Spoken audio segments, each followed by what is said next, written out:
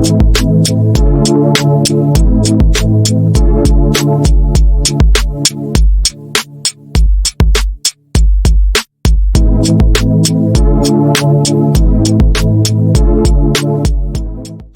is up, guys? Welcome back to a quick video here on the Fantasy Fellowship channel. My name is Kyle. It's Saturday afternoon. We're going to be going over some player prop bets that I like for week number 3. We're off to a good start this season. We are currently 14 out of 20, so we're hitting 70%, which is a very nice clip. You guys can access this. I think there's going to be a link in the description, and I'll probably post it in the comments as well. And check out our discount code on the Fantasy Fellowship. It's about $10 off the season pass right now.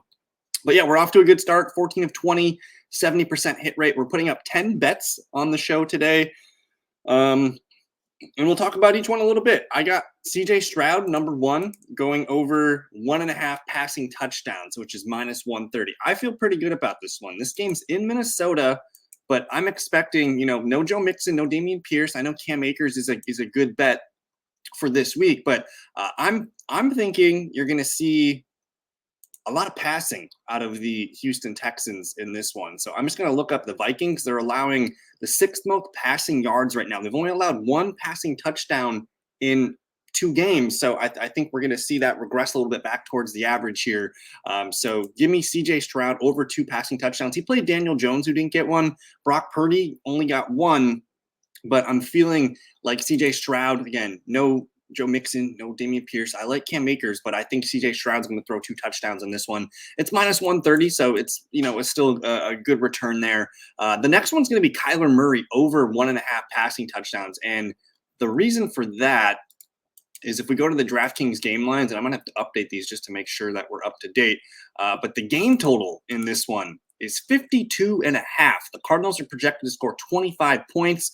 That's roughly 3 touchdowns and a field goal. So Kyler Murray, for him to throw 2 touchdowns in this game, that feels completely doable, and it's plus 110 right now. So you're getting a pretty good discount on that. If we look real quick, the Cardinals playing the Lions. Lions have allowed 2 passing touchdowns on the season, but 502 yards. So it's a healthy amount of passing. The Buccaneers just didn't do it last week. They only threw 19 times, and Baker still got a touchdown. I think if we're going to see Kyler Murray throw the ball 25, 30 times, good chance that he gets in too. And both these quarterbacks had really good games fantasy-wise. Baker with the rushing touchdown. But I'm liking what I'm seeing from the Cardinals offense. Again, 52.5 implied in that one. So Kyler Murray would be number 2 for me. Josh Jacobs, anytime touchdown, minus 130. Of course, we're waiting for the Jordan Love news. But even if Jordan Love plays, I think he's got a really good chance to get his first touchdown of the year. He has not scored yet. We're going up against the team in the Titans here. The Titans, let's see where they rank in yards allowed. They're decent in yards allowed. They are down here at 26. Only 139 yards allowed, 1 rushing touchdown, but they've allowed 2 receiving touchdowns on the year. So there's a chance that Josh Jacobs, 3 touchdowns in 2 games. Let's see what's happened here. DeAndre Swift, not a great runner. The Bears, not a great running team, but Braylon Allen and Breece Hall ripped this team last week for about almost 100 yards rushing and almost 75 receiving, and they each caught a touchdown. So I think there's something there on tape where maybe if Malik Willis is in there, they can do little screens, they can figure it out. And if Jordan Love's in there, obviously there's going to be chances for goal line touchdowns and more passes as well. So I think Josh Jacobs gets in. I think CeeDee Lamb gets in, man. Like, he is the focal point of this offense. And in a game against the Ravens, man, like, you're going to need CeeDee Lamb to really ball out in this one. And the Ravens allowing a lot of fantasy points to the receiver position right now. They're allowing the 12th most yards, 327. They've allowed 2 touchdowns on the year, 25 catches. They've also allowed some rushing touchdowns here to Xavier Worthy. So I like this matchup here in a game where, CeeDee Lamb is the offense, man. They can't really run the ball. They've had Xavier Worthy, Devontae Adams scored. So they've let a receiver score in back-to-back weeks. Rashee Rice also had a big game against them. Give me CeeDee Lamb anytime TD. We're going Jalen Hurts anytime TD, number 5. This game's in New Orleans. Sorry, I got the hiccups. In New Orleans, let's see. And the Saints really haven't been tested yet by anybody. I just want to look and see. They've allowed 24 yards and a rushing touchdown so far. It looks like Bryce Young got the rushing touchdown, so that's weird.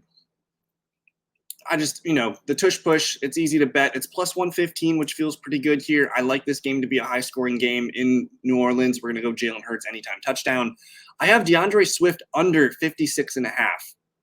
Now, he has a great matchup this week. DeAndre Swift does. Let's go look at Swift's numbers real quick. Swift has a great matchup this week against the Colts. We're seeing teams just absolutely shred the Colts on the ground here. But if we go look for Mr. DeAndre Swift, where are you?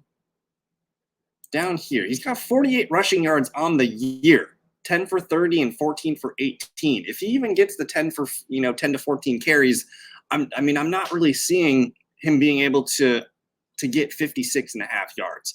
Maybe he's, effective as a receiver in this game here. The Colts, again, they're really bad against the run. They've allowed 350 yards, but they've been hit with a lot of carries.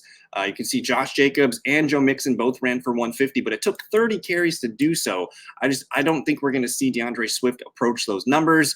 It's probably pretty tough, I think, for DeAndre Swift to hit his 56.5. So we're going under 56.5 here, minus 115. I think Javonte Williams here over 15.5. And the reason why I like this, and you guys can go see all the props that I put up to consider, they have Javonte Williams over 2.5 receptions, and that's getting hit for minus 145. And I think just looking at this game script, they're going to have to throw the ball. That's what the Broncos are going to have to do. They can't run the ball. They have to throw it. We saw 5 catches on 5 targets last week for 48 yards.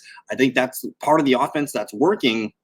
Clearly, they can't run the ball here. 2.9 and 1.5 yards per carry. The Broncos cannot run the ball, but they can feature the running backs in the passing game. And I like this one a lot. Last week, we just look in terms of receiving yards allowed here. The Buccaneers are allowing the most receiving yards per game to the team. So 49 yards for Robinson, 52 for Eckler, 35 for Montgomery, Jahmyr Gibbs, 22, and even Sione Vaki, 1 for 17. All 5 running backs that have played against the Buccaneers have hit this prop. So that is the one prop that I feel very, very good about. If Javonte gets his over 2.5 catches, he's getting the yards. So that plus 100, lock that one in. I got Davante Adams at 62.5 receiving yards. I feel pretty good about this one. Just the new look with Gardner Minshew and the Raiders kind of leaning pass heavy. It feels pretty good. Davante, he's gotten 59 yards against the Chargers and 110 yards against the Ravens. You're looking at, probably 8 to 10 targets in this game here. I like the game script. Panthers defense is really, really bad. So you have to like that. If we go look at the wide receiver points allowed here, let's look at yards. Carolina Panthers, and teams really haven't had to throw the ball on the Panthers, so they probably rank pretty good here. But Quentin Johnston went 5 for 51 for 2 touchdowns against this team last week. That should say enough. But what Davante Adams is probably going to do to this team.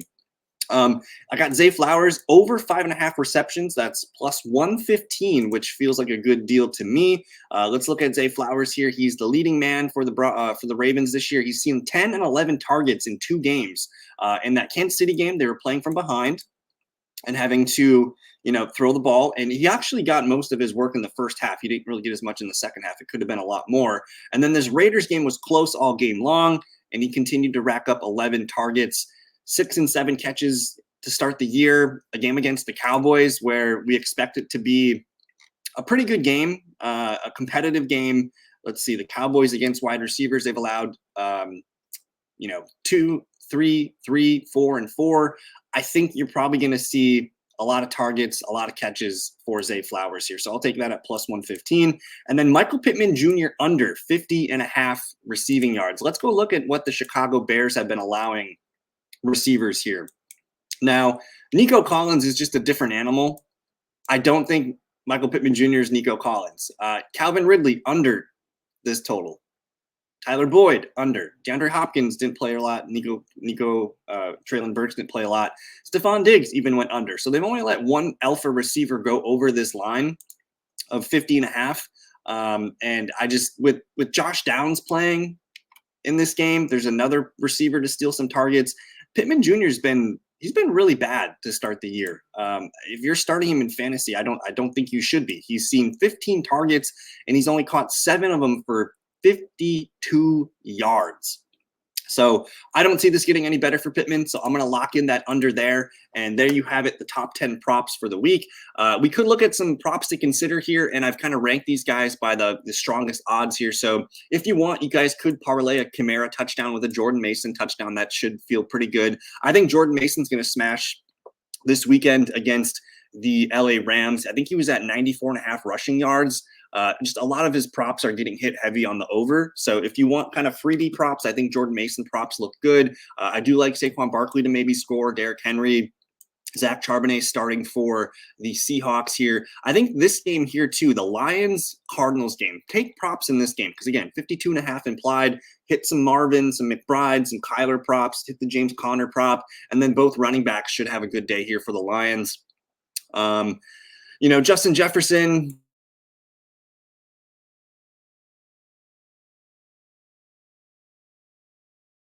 a lot of good props here. I think the Tony Pollard prop, if the Titans score a touchdown, it's probably Tony Pollard. So look around at some of the touchdown bets. Passing yards bets, I'm looking at the under on Anthony Richardson, 194.5 against a really good Bears secondary. If we look here real quick, Chicago against quarterbacks, Will Levis, 127 yards. And CJ Stroud, who's really good, he still, was just okay with 260. So I kind of like a rich under. Stroud over 263. Derek Carr over. I think the Derek Carr one intrigues me because let's look at Philadelphia. We saw Jordan Love hit 260 and even Kirk Cousins 241. So I think Derek Carr on that offense right now looks pretty good. 234 feels a little low. I'm taking the Will Levis under against Green Bay. The Brock Purdy under. Just again, I'm expecting them to run the ball. They're down Kittle and Debo. And then I've got a couple overs there for you. I like these guys over 1.5 passing touchdowns here. Goff, Stroud, Carr, and Murray. Rushing yards props here. I'm taking the under on Swift. I like the under on Rachaad White, who, again, he does not look good as a runner. He's a little dinged up with the groin injury. Under 48.5 here against the Broncos. He's going to need, 15 plus carries to get there. I don't really know if that's going to happen. And then a fun one is the CeeDee Lamb over. If he gets a rush, he's going to hit that over. So that's one to look at. And then I do like the Mason. And I like Deonta Foreman to get 10 plus touches to get over his 41. Receptions, Rico Dowdle is at 1.5 receptions and he's minus 180 to hit that prop. So they're giving him 2 catches in this game. And then his yards, 11.5 minus 110. So that's one to kind of keep an eye on. But one thing I like to do is look at the receptions and you can see like Cooper, people are smashing him over 3.5 for minus 165. You come on down here and you look at his yards. 50.5, 4 catches for 51 yards. It's all he needs. So look at the receptions. Compare it to the reception yards and kind of see which way we're going here. Because, a lot of people like these overs on these guys here. So when they're hitting heavy overs on the receptions, I usually look at the yards and we'll take the yards. So review those, check them out. Again, we're having a good season. Last week we went 8 for 10. We missed on Cooper Kupp, who got hurt, whatever. And then we missed on a Jaden Daniels anytime touchdown. And then week 1, we missed on just 4 of our props here. I don't know what happened to number 10, but we're off to a good start. Let me know what you guys think. If you guys want to add any more in the comments or ask questions, please do so. And then tomorrow morning, we're going live 10 a.m. or 10:30 a.m. Central Time. I like to start there because that's when all the actives come out for the noon games. So we'll hang out for about a half an hour there. Join me if you guys want to hang out and get some start-sit questions in.